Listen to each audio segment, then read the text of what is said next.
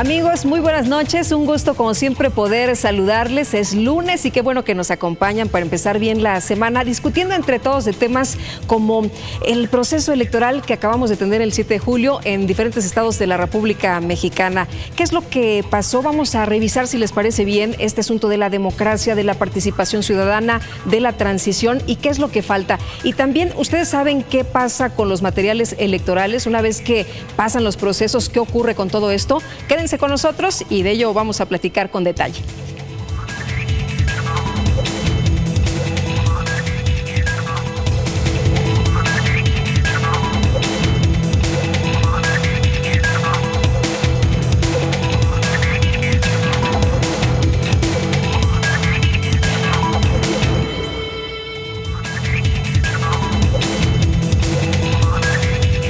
Bueno, y antes de entrar en materia de qué otra cosa suceda, les quiero presentar a nuestro invitado de hoy, al doctor Asael Mercado Maldonado. Él es profesor de la maestría en Derecho Electoral del Instituto Electoral del Estado de México, a quien agradezco que esté con nosotros. Bienvenido, muchísimas gracias. Muchísimas gracias por invitarme, maestro.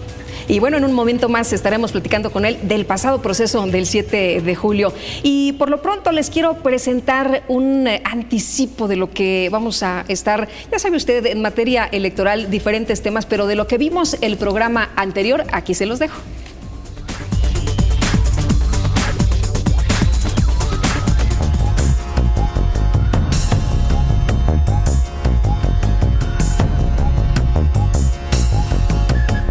En nuestro programa anterior recibimos la visita del Contralor General del IEM, Ruperto Retana Ramírez, con quien hablamos sobre los procesos de auditoría y rendición de cuentas del instituto.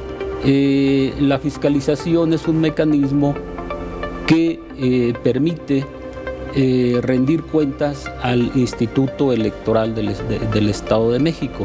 El gobierno, en este caso el instituto, tiene la obligación de ejercer sus recursos de manera clara, de manera transparente. La fiscalización la hacemos fundamentalmente a través de auditorías. Damos cuenta de los resultados que se obtienen en las auditorías, que los concretamos a través de observaciones. Entonces, en el instituto aplicamos la ley de responsabilidades en este asunto de las sanciones y también una normatividad particular que tenemos en el instituto. La Contraloría vigila que la página de transparencia cumpla con lo que señala la ley. En este caso, pues, con las normas, los lineamientos que establece el Instituto de Transparencia y Acceso a la Información del Estado de México. Óscar Diego Bautista, investigador de la Facultad de Derecho de la UAM, nos acompañó para reflexionar sobre la ética y democracia, servir o servirse.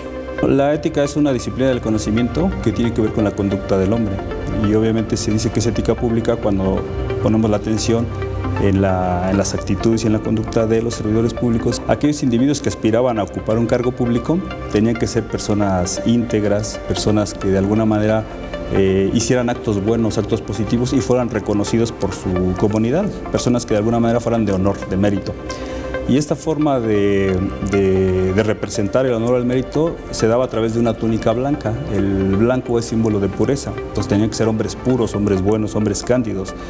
Y de ser cándido, pues de ahí viene la palabra candidato. Eran hombres buenos, hombres blancos, hombres que se dedicaban al bien común. Debido a la profesionalización o al descuido que hemos tenido de la ética en política, esta ha caído en una frivolidad. Pero ¿qué pasó con toda aquellos conocimientos y capacidad que deberían de poseer aquellos representantes públicos, ¿no? Hoy en día, bueno, antes se hablaba de los grandes estadistas, hombres con visión, hombres con formación, preparación, capacidad, aquellos intelectuales con una visión no solo local, sino global. Pero hoy en día parece que han ido sustituidos precisamente por la pose, por la imagen, por si son guapos, si son feos. ¿Cómo es que estos países han logrado bajar la corrupción? Pues porque han creado mecanismos, han ideado mecanismos que yo le denomino instrumentos éticos de aplicación práctica, que después los han institucionalizado, es decir, los han llevado a la práctica. Y esto es lo que creo que hay que retomar y que todavía nos falta por hacer.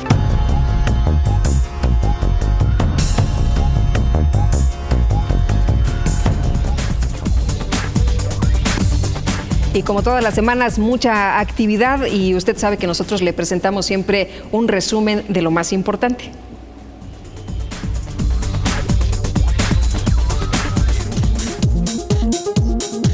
Con la finalidad de destacar la importancia que tiene garantizar la protección de los datos personales, así como conocer y comprender el marco normativo que la regula, el Instituto Electoral del Estado de México llevó a cabo el Foro sobre Protección de Datos Personales, dirigido a servidores públicos electorales. Al dar la bienvenida al foro, el consejero presidente del IEM, Jesús Castillo Sandoval, indicó que la seguridad de los datos personales es un asunto de prioridad que no se puede dejar de atender, pues forma parte de los derechos fundamentales de nueva generación. El Instituto Electoral del Estado de México continúa desarrollando y fortaleciendo los programas académicos de las maestrías en Derecho Electoral y en Administración Electoral, así como de la especialidad en Derecho Procesal Electoral, impulsando los proyectos y trabajos de investigación de los alumnos para dar mayor dinamismo a los procesos de titulación. Con ello, ha dado inicio a la presentación de exámenes de grado de la maestría en Derecho Electoral, con la titulación de la servidora pública electoral del IEM, Alma Patricia Bernal Oseguera, con el trabajo denominado La Lista Nominal de Electores, una corresponsabilidad ciudadana. En el Centro de Formación y Documentación Electoral del IEM se presentó el libro Las razones del voto en el Estado de México, un estudio teórico-metodológico a la luz de la elección de gobernador del 2011, de la autoría del consejero electoral del IEM, José Martínez Vilchis, quien explicó que este texto busca aportar un método de investigación para aproximarse al análisis de una elección en particular y, por tanto, desarrollar un estudio de caso en torno de la participación ciudadana y el abstencionismo.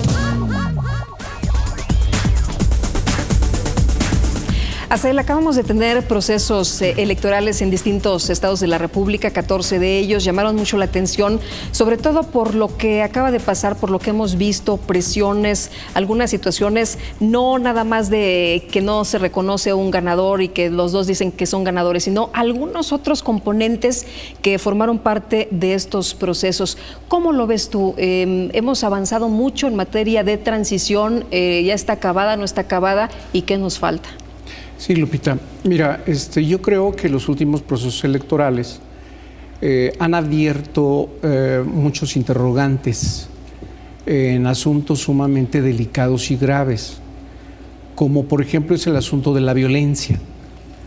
El regreso de la violencia, la identificación prácticamente de escuadrones ajenos o violentando, presionando los ámbitos de elección. Esta cuestión también muy grave de del recuento del PREP en Baja California, que de alguna manera falló.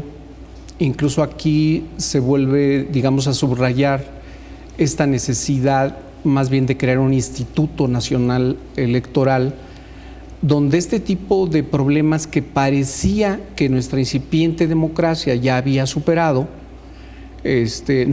todavía están ahí, todavía están de manera latente.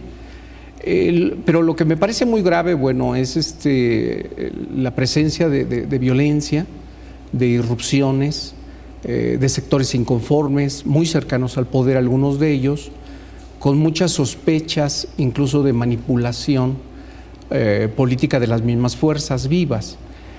Entonces yo creo que ese tipo de cuestiones se debe de poner dentro de jerarquizar y comenzar a tratar de analizarlo para resolverlo de la mejor forma posible, porque de no resolverlos estaríamos ante un clima de incertidumbre y bueno, se supone que todo el sistema electoral a nivel federal, a nivel estatal, está precisamente configurado para evitar esos altibajos, estas incertidumbres. Siempre hay lecciones, ¿no? Después de los procesos electorales siempre se hace una reflexión, un análisis, y no nada más de los partidos políticos, sino también de la sociedad en conjunto. Sí, por supuesto. La sociedad está muy interesada, sobre todo en el impacto y en la forma en que se llevan a cabo estos procesos. Pero a pesar de ello, todavía existe mucho abstencionismo. Lo acabamos de ver.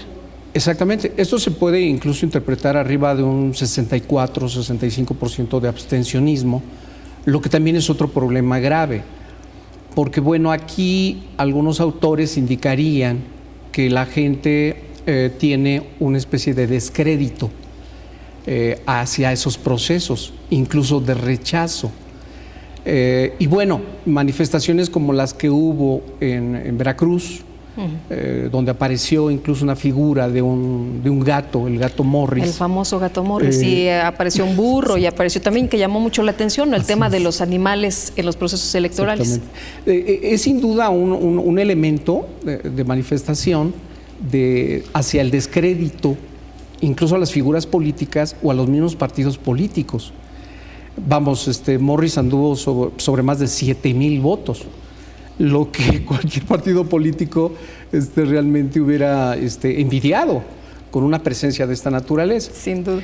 Pero bueno, los mismos partidos políticos también han tenido sus fallas al impulsar a determinado tipo de personajes no lo suficientemente empapado en el análisis social o de gente sumamente preparada en el ámbito político como candidatos, ¿no? Claro. Se hablaba por ahí de, no sé, por ejemplo, de Gloria Trevi, de Juan Gabriel para la presidencia, de una serie de fenómenos también que han sido muy criticados, ¿no? O estas figuras que se cambian de partidos, ¿no? Entonces, de estos partidos que muy bien podrían parecer casi familiares o de clubs, también han tenido sus desaciertos en esta política de mezclar muchas veces las cosas. Y aquí aparece otro fenómeno sumamente delicado e importante, que es la definición ideológica y política de los mismos partidos políticos, ¿no? ¿Te parece bien que nos quedemos aquí con este tema y regresando lo retomamos? Claro que sí. Muy bien. Vamos a unos mensajes y enseguida estamos de regreso.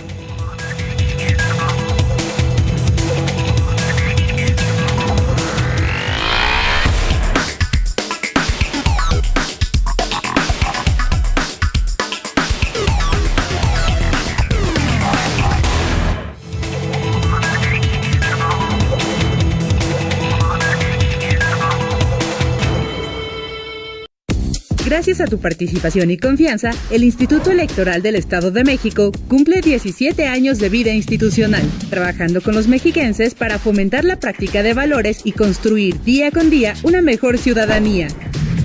En el IEM celebramos 17 años en los que, con tu apoyo, hemos organizado, desarrollado y vigilado 12 elecciones en la entidad más poblada del país.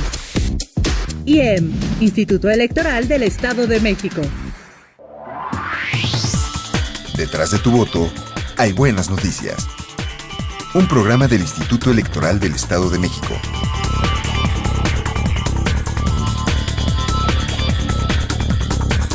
Síguenos a través de www.ieem.org.mx todos los miércoles a las 12 horas.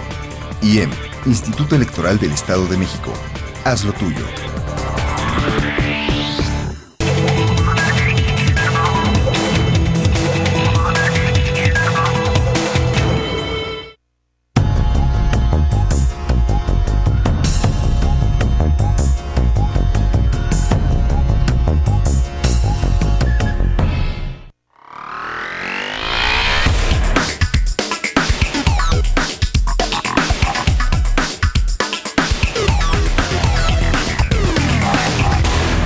No, creo, mientras, ahora sí, como dicen, ya uno como ciudadano, ya no importa, digamos, el partido, sino la persona. Lamentablemente, digo, yo tengo 65 años y todo lo que he vivido, digo, pues nomás no lo vemos, digamos, no es tanto la persona, sino el medio en que se rodea el gobernante. Creo que todavía falta, ¿no?, para la democracia. Pues porque casi nadie cree en la democracia cuando las cosas no se llevan como debería de ser, ¿no? Está en proceso de consolidación, porque hay muchos factores que no corresponden a lo que dicen los políticos con lo que está sucediendo en la sociedad. No, yo creo que falta mucho para eso, ¿no? Pues porque no es la democracia como, no se aplica como debe de ser. Sí, ¿para quién hay democracia? Para unos nada más. Pues yo creo que no, pues porque no todo es justo. Hay cosas que, pues en las que muchos ciudadanos no estamos de acuerdo. No, porque las autoridades siguen haciendo lo que quieren. Y supuestamente la democracia somos nosotros. Entonces yo se lo digo porque cuando vamos a ver esos funcionarios que nosotros votamos por ellos, en lugar de abrirnos las puertas nos las cierran. Y es un despapalle para verlos.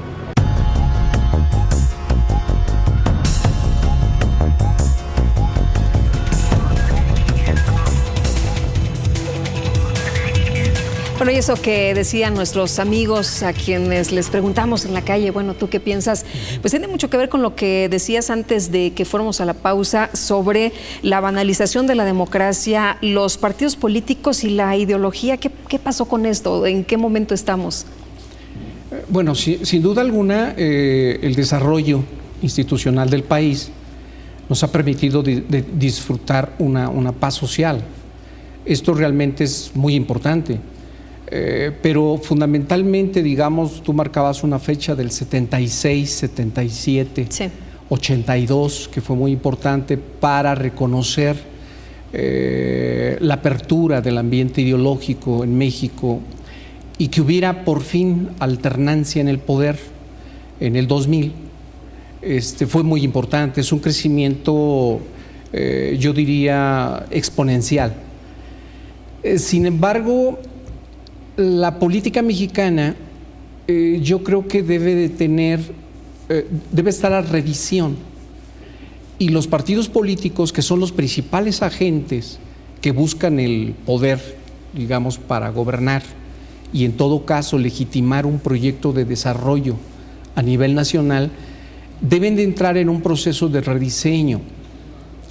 Deben muy bien de fijarse en una estrategia de formación de sus cuadros.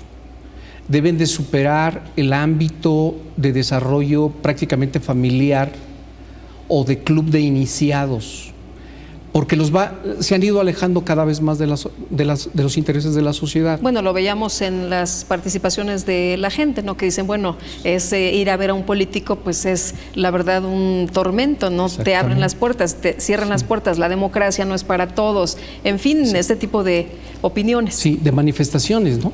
Que nos habla en todo caso también de una cultura de la gente y del interés que tiene la gente en materia política. Pero también nos habla de una situación en la cual ellos más bien cuestionan y no creen. Uh-huh. Entonces yo creo que aquí el reto fundamental es de los partidos políticos en términos de su rediseño para atender estas cuestiones de manera específica y que traten de superar esas prácticas que los han llevado a una indefinición ideológica y política. Mucho se critica hoy en día que los políticos, digamos, no tengan identificación ideológica y política y más bien tengan una serie de intereses. Claro, nos decías donde de los vemos que andan de un partido a otro partido, ¿no? Uh-huh. De una forma, chapulines. Exactamente, de una forma no muy fiel a los principios y al perfil o a los intereses que deberían de tener. En este caso, bueno, hay varias situaciones que se presentan ahí, por eso surgen estos fenómenos tan raros como la banalización de la política. Si ellos lo banalizan, ¿por qué la sociedad no tiene el derecho de banalizarlo también? Claro. Y de lanzar a candidatos ficticios, ¿no? Que más bien es una manifestación en términos de crítica a esas prácticas que están ocurriendo. Y por parte de los institutos electorales y de la infraestructura, digamos, que ha creado el Estado, a partir también de estos años, del 82 en adelante, con la formalización del IFE y la creación de los institutos electorales autónomos de cada Estado, se tiene que tener un proceso, yo diría, también de rediseño, para que una serie de prácticas también alejadas de la certidumbre, de la certeza, de la pluralidad, de la transparencia, tengan que ver con estos intereses fundamentales para los que fueron creados. ¿Tú crees que el Instituto Nacional de Elecciones o el Instituto Federal Electoral sería una respuesta a lo que estamos viendo? En realidad esa sería la solución, porque uno de los argumentos es que los señores que tienen el poder en los estados, los gobernadores o algunos grupos, son los que meten la mano en los procesos electorales. ¿Tú crees que esto nos ayude?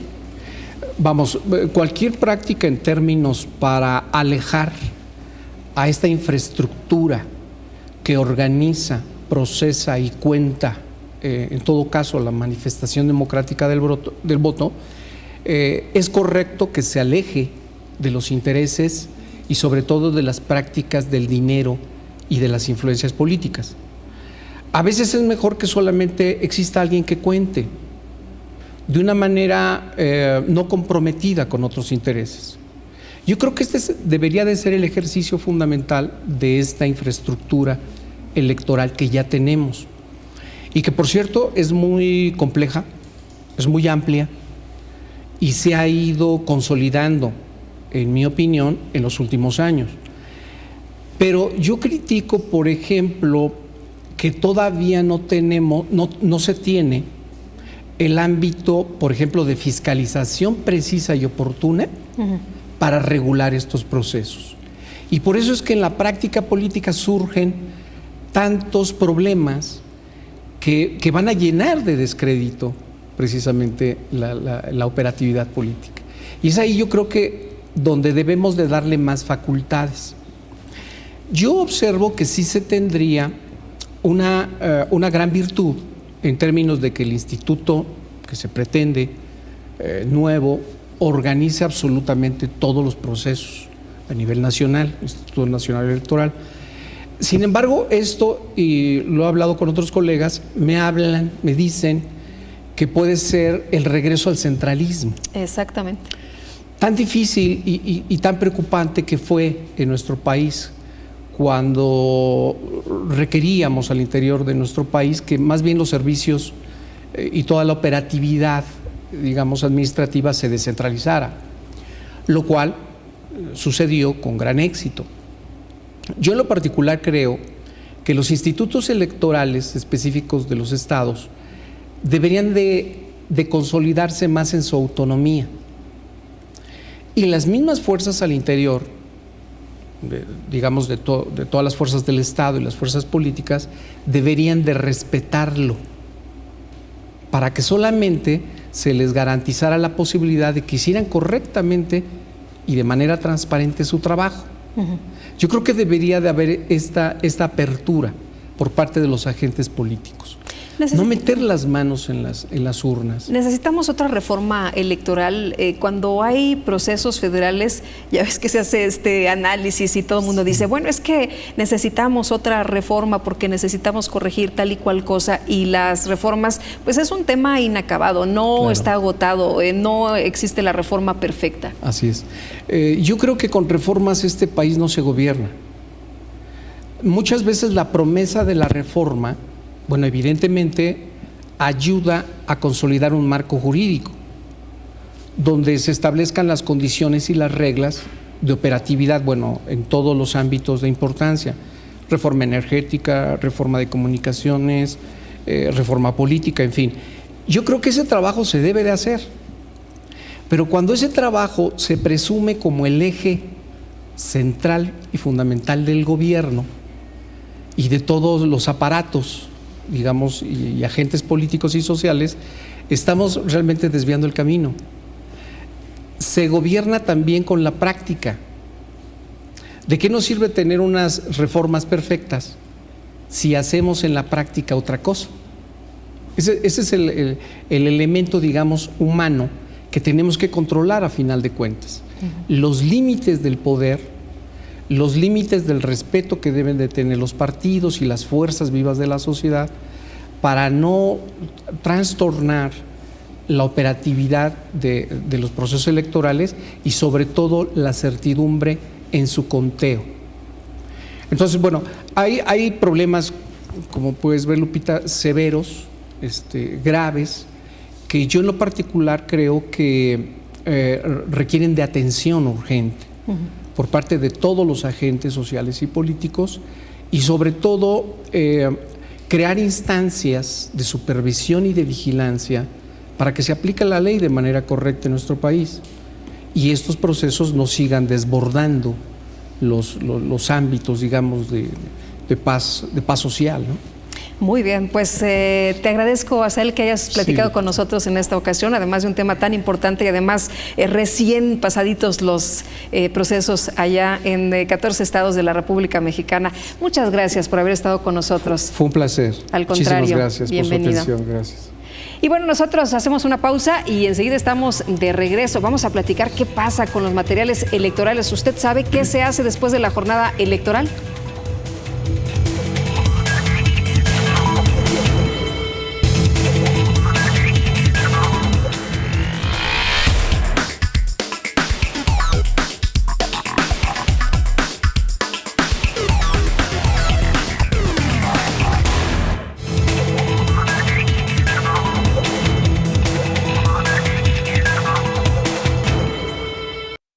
Gracias a tu participación y confianza, el Instituto Electoral del Estado de México cumple 17 años de vida institucional, trabajando con los mexiquenses para fomentar la práctica de valores y construir día con día una mejor ciudadanía. En el IEM celebramos 17 años en los que, con tu apoyo, hemos organizado, desarrollado y vigilado 12 elecciones en la entidad más poblada del país. IEM, Instituto Electoral del Estado de México. Detrás de tu voto, hay buenas noticias. Un programa del Instituto Electoral del Estado de México.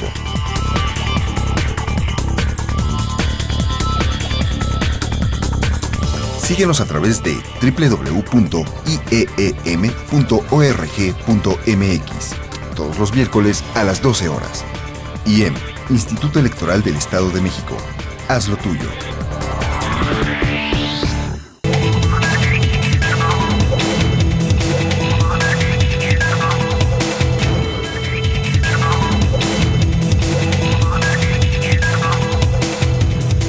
Continuamos con este programa Entre Todos y ya les habíamos planteado la pregunta de si sabían qué se hace con el material electoral y vamos a platicar precisamente con Jesús George Zamora. Él es director de organización del IEM y a quien saludo de nueva cuenta en este programa. Es la segunda vez que nos visitas, así que te doy la bienvenida. Muchísimas gracias. Muchas gracias por la invitación, Lupita. Oye, Jesús, ¿qué es lo que se hace con este material? Es una de las preguntas, pero primero, otra de las dudas es si la documentación y el material electoral se tratan de la misma cosa. Bueno, la documentación electoral fundamentalmente son las boletas electorales y las actas de la jornada electoral y de escrutinio y cómputo, con otra documentación auxiliar que sirve a los funcionarios de mesa directiva de casilla a que realicen debidamente sus funciones.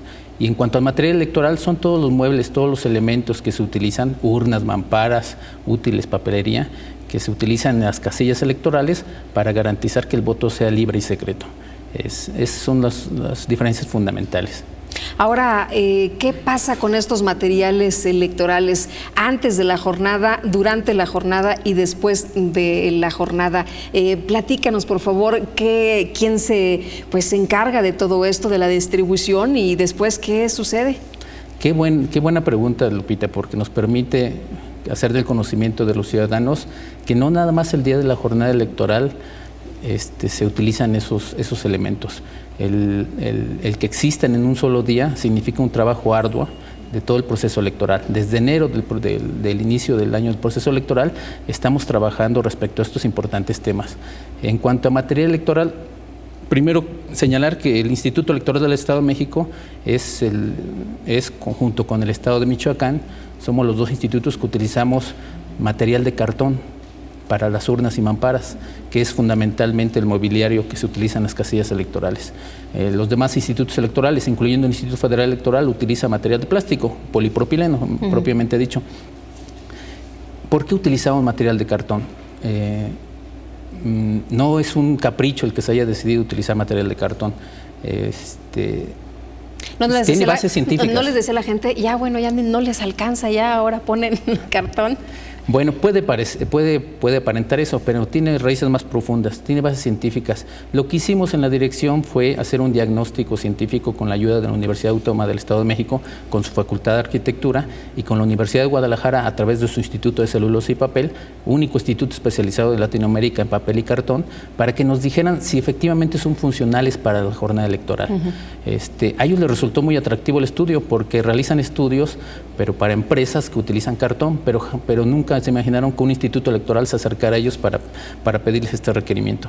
Lo que nos ayudaron ellos y lo que logramos con ellos es establecer que el cartón sí sirve y sí es funcional para la jornada electoral, inclusive en época de lluvias, que es cuando realizamos elecciones. Eso para nosotros era algo muy importante y era dentro de nuestros requerimientos, de nuestro protocolo, lo que les señalábamos, que queríamos algo muy importante que nos dijeran, ¿nos sirve el cartón para este tipo de época del año o no nos sirve? Lo que nos señalaron fue que teníamos que hacer un poquito más grueso nuestro cartón y claro que utilizáramos un material impermeable en los elementos que se pueden utilizar en el exterior, fundamentalmente urnas y mamparas. Y con base en eso, el resultado fue que son totalmente funcionales. Incluso son mucho más baratos que el polipropileno. Y esto nos llevó a un ahorro muy considerable del material electoral. El material de polipropileno cuesta aproximadamente 5 veces más que el material de cartón. No es que ya no les alcance, sino que al contrario se ahorra. Estamos ahorrando. Ajá. Y esto es muy importante porque siempre que son las elecciones, y ustedes lo saben, ahí en el instituto, la gente argumenta que son muy caras, que se despilfarra mucho, que no se ahorren absolutamente nada y nos estás diciendo, Jesús, lo contrario. Exactamente, en el estudio resultó que podemos, aún comprando en cada elección material de cartón, durante 5 ocasiones, con esas 5 ocasiones cubrimos lo que en una sola elección compramos de material de polipropileno y tienen exactamente las mismas funciones, de tal forma que me parece que la sociedad debe conocer que el instituto está haciendo eco de su reclamo generalizado y permanente de que el costo de las elecciones sea menor. En este caso, pues reduce casi en un 1000% el material electoral. Una casilla para ponerla cuesta aproximadamente en el IEM, en el Instituto Electoral del Estado de México, 750 pesos. Y recientemente hemos conocido en otros institutos locales que la caja de paquete electoral, de material electoral, pues las empresas lo están vendiendo de 7,000 a 10,000 pesos. Me parece que el ahorro es muy significativo, más del 1000%. Oye, ¿qué pasa con las boletas? ¿También son baratas? ¿También se ha buscado un material más económico y bueno, resistente? Las boletas electorales, por su propia naturaleza, es caro el papel. Pero en el Instituto Electoral del Estado de México también lo que hicimos fue, en las bases de licitación, no ser tan estrictos en los requisitos para que otras empresas que sin demeritar la seguridad de las boletas electorales pudieran participar. Y esto lo que nos llevó fue a disminución significativa también del costo. Por poner un ejemplo, 2009 las boletas electorales nos costaron 1.17 por cada boleta. Si lo multiplicas por 20 millones de boletas, pues sí es mucho dinero. Para el 2011, que ya fue cuando implementamos estos nuevos requisitos con base de licitación, el costo de la boleta fue de 0.47 centavos. Es decir, un ahorro de más de 7 millones de pesos para el uso para las boletas electorales. En 2012, de igual forma, aunque se incrementó el costo por el número de boletas electorales, también ahorramos casi 7 millones de pesos por ese. No, bueno, es una muy buena noticia, seguramente que estarán en casa diciendo, oye, qué bien, qué bueno que se ahorra, pero no se ha difundido mucho y ahora lo estamos haciendo, estamos aprovechando tu presencia para conocer más. En el tema de los materiales electorales, ¿cómo se distribuye? ¿Cómo se le hace previo a la jornada? ¿Quién los resguarda? ¿Dónde se cuida todo este material? ¿En días antes a quién se entrega? ¿Cómo se supervisa que efectivamente llegue lo que tiene que llegar? Y después, ¿qué pasa? ¿Cómo se recoge?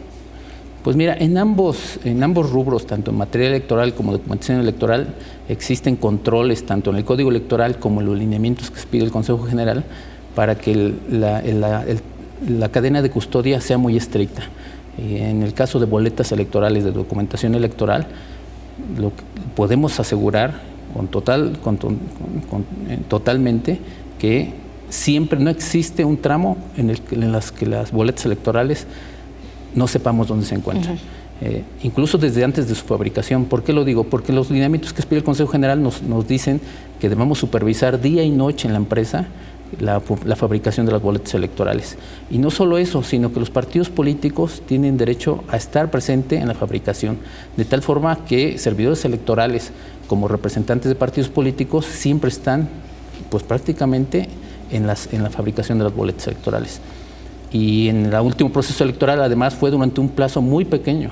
Fueron 20 días para que realizáramos tanto la impresión de la documentación electoral como de las boletas electorales. Una vez que ya están fabricadas, lo que se realiza antes de que salga de la empresa es organizar rutas que se van a hacer acompañadas con personal, con policías, con personal de la Secretaría de Seguridad, que acompañan hasta los consejos distritales o los consejos municipales a entregar las boletas y la documentación. Desde luego que ahí nos acompañan los funcionarios de nuestros consejos distritales y municipales y representantes de partidos políticos.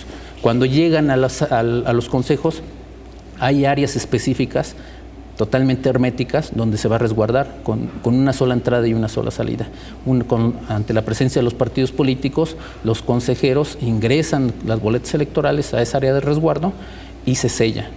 De tal forma que siempre que salga un documento se tiene que invitar a los representantes de los partidos políticos y a los consejeros que estén presentes, de que se abre, de que las firmas de los que se pusieron en los sellos no estén violadas y posteriormente otra vez se sellan.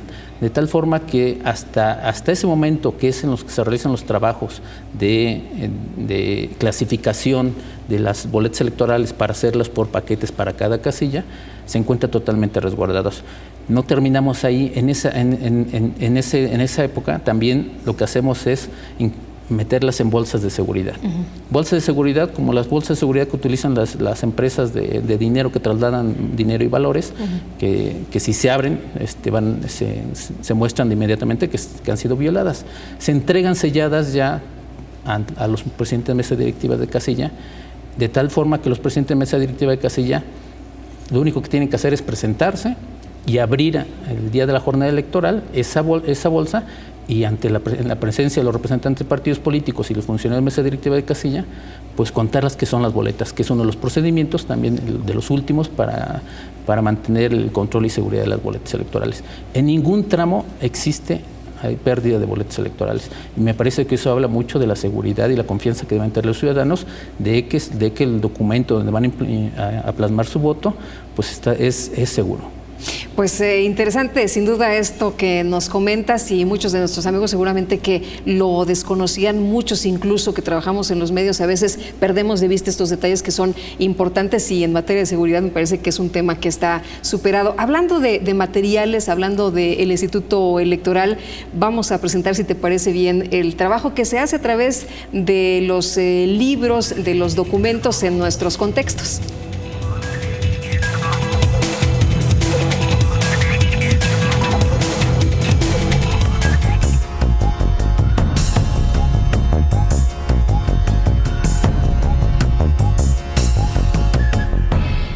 El Instituto Electoral del Estado de México tiene entre sus objetivos el promover los valores y prácticas de la cultura política y democrática.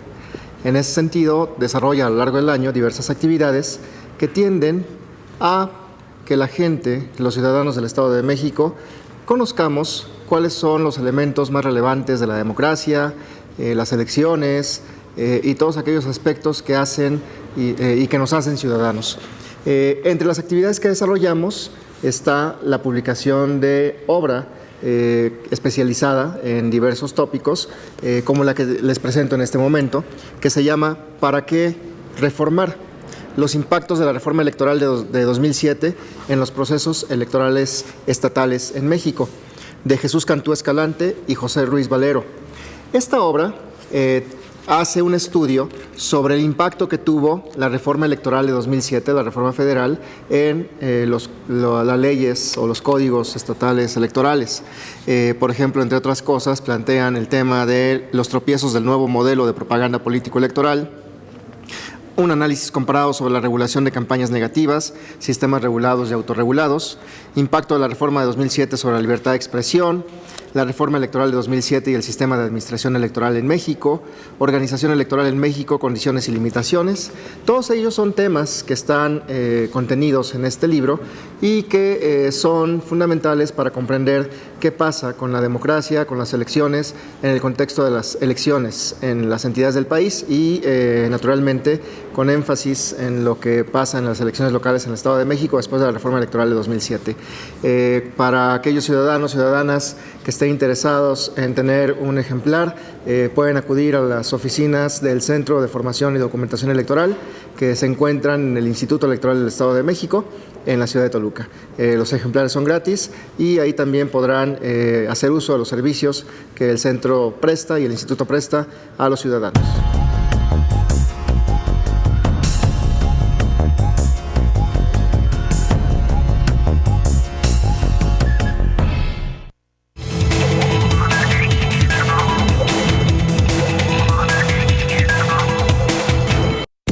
Gracias a tu participación y confianza, el Instituto Electoral del Estado de México cumple 17 años de vida institucional, trabajando con los mexiquenses para fomentar la práctica de valores y construir día con día una mejor ciudadanía. En el IEM celebramos 17 años en los que, con tu apoyo, hemos organizado, desarrollado y vigilado 12 elecciones en la entidad más poblada del país. IEM, Instituto Electoral del Estado de México. Detrás de tu voto, hay buenas noticias. Un programa del Instituto Electoral del Estado de México.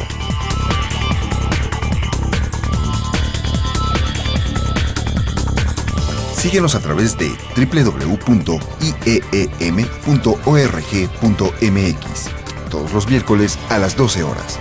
IEM, Instituto Electoral del Estado de México. Haz lo tuyo.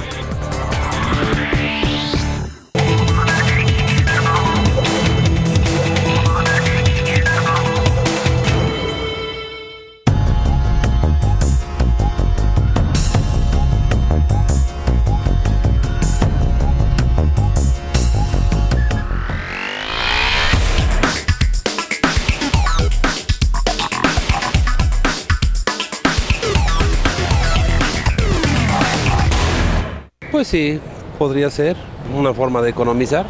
Bueno, si es de una manera legítima, legal, pues sí, porque se economiza de alguna manera, pero evidentemente se presta a malas interpretaciones, ¿no? Bien, por la situación de la contaminación y no volver a reciclar, ¿no? Volver a reutilizar el material, eso es correcto, pero mal porque entonces se pueden, no sé, malinterpretar, ¿no? La situación. Yo creo que la finalidad es ahorrar recursos, más sin embargo tendríamos que analizarlo a fondo, cuál es el trasfondo, ¿no?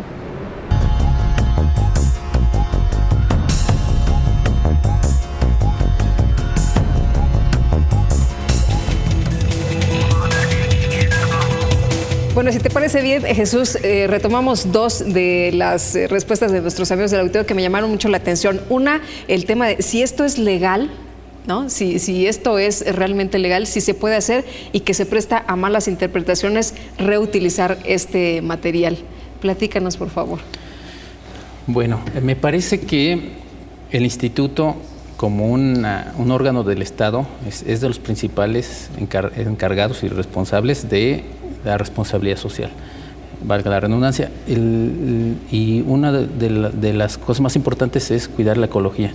Nosotros cuando instalamos casillas nos preguntamos qué hacemos con los materiales que utilizamos, y en este caso que son de cartón, que prácticamente tienen una vida útil de un proceso electoral. ¿Qué hacemos? ¿Los dejamos ahí? ¿Los recuperamos? Si los recuperamos, también ¿qué hacemos con ellos ya que los tenemos? Bueno, para 17,000 casillas, pues es también todo un operativo.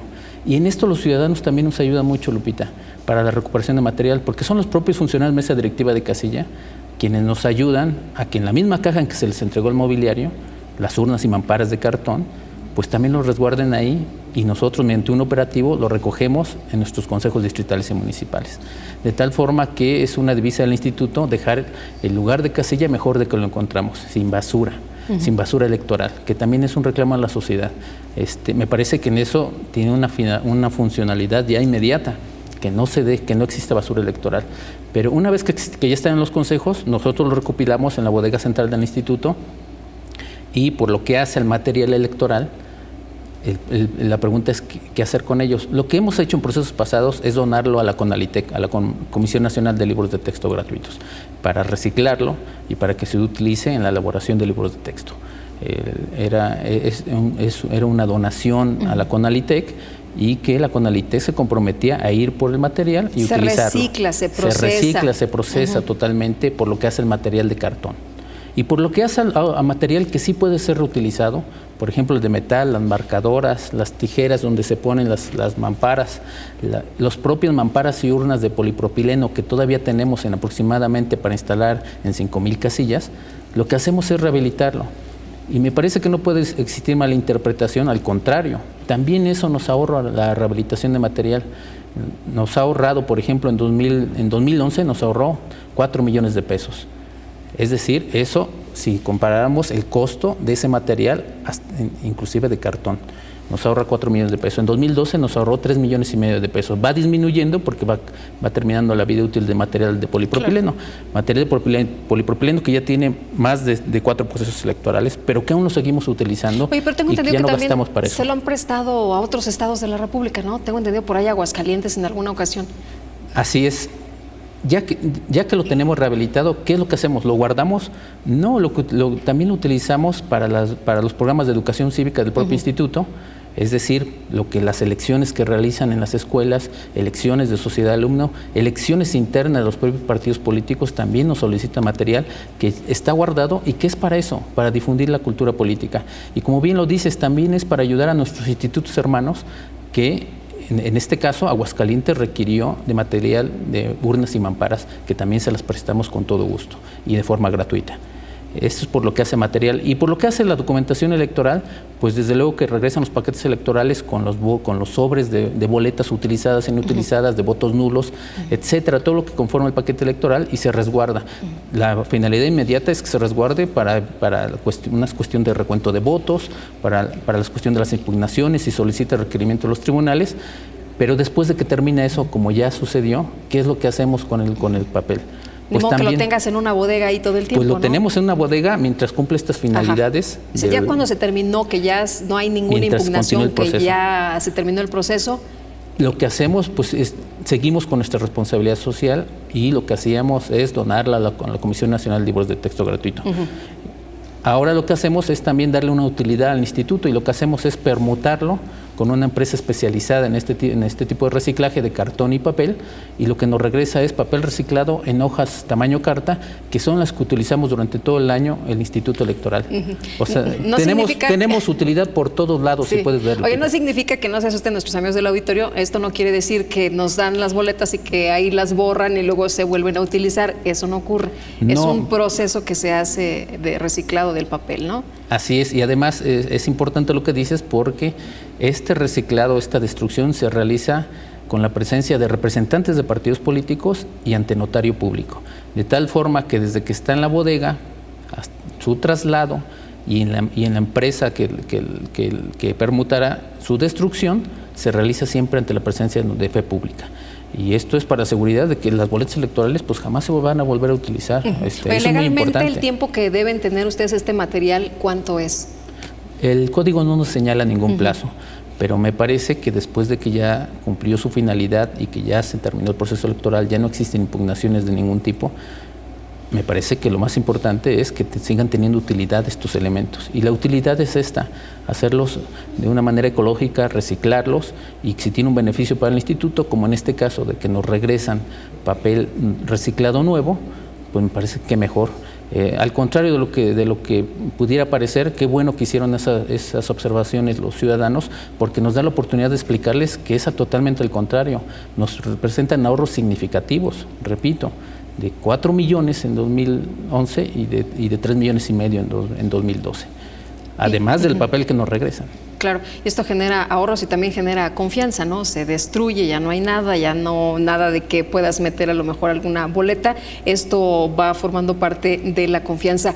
Otro de los asuntos que también ha llamado mucho la atención, la gente dice, bueno, ¿están foliadas las boletas o no están foliadas? Porque algunos piensan que esto es que se sellan, que hay un folio y que luego pueden identificar por quién votaste. ¿Cómo es esto? Mira, lo que conocemos como boleta electoral, de alguna manera tiene que contabilizarse, porque si no, no existiría control. La boleta electoral tiene un talón donde se desprende lo que es propiamente la boleta electoral. El talón sí contiene un folio, pero el talón nunca se da a los ciudadanos. El talón se queda con los funcionarios de mesa directiva de casilla, de tal forma que al desprender la boleta ya no tiene manera de identificarse. Y los únicos números que tienen la boleta electoral son de la sección electoral, que lo ponen en los consejos distritales, es lo que se llama el seccionado. De tal forma que si los ciudadanos ven un numerito en la boleta, pueden constatar que se refiere a su sección electoral si sacan su credencial de elector y ven que la sección electoral corresponde con el numerito que aparece en la boleta. No es un folio, es el número de la sección electoral.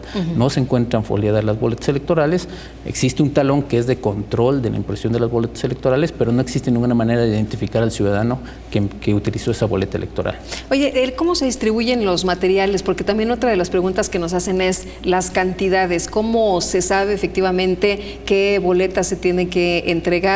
Y si alguien se equivoca y dice, híjole, me puede dar otra y se la pueden obsequiar o no, ¿cómo pasa aquí en este momento?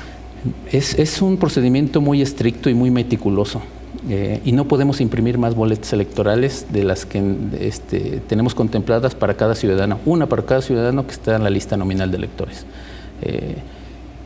¿Qué pasa una vez que ya salieron de la empresa? Y pues es una cuestión de producción, puede salir una doblada, una manchada, entonces son inútiles para el fin que se pretende.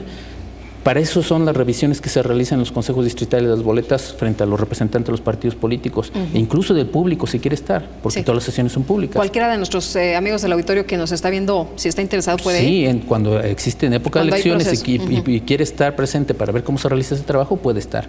Lo que se realiza ahí es la revisión, la clasificación. Si aparece alguna que está tachada o que por algún motivo al ponerle el número de sección electoral se equivocó y se manchó, lo que se hace es inutilizarla. El presidente del Consejo Distrital o Municipal señala que esa boleta estará inutilizada y realiza una carta, un oficio dirigida al funcionario, al presidente de la mesa directiva de casilla, donde van a ir esas boletas, donde le informo que durante los trabajos estas boletas se reencontraron que no sirven y por lo que no se deben utilizar.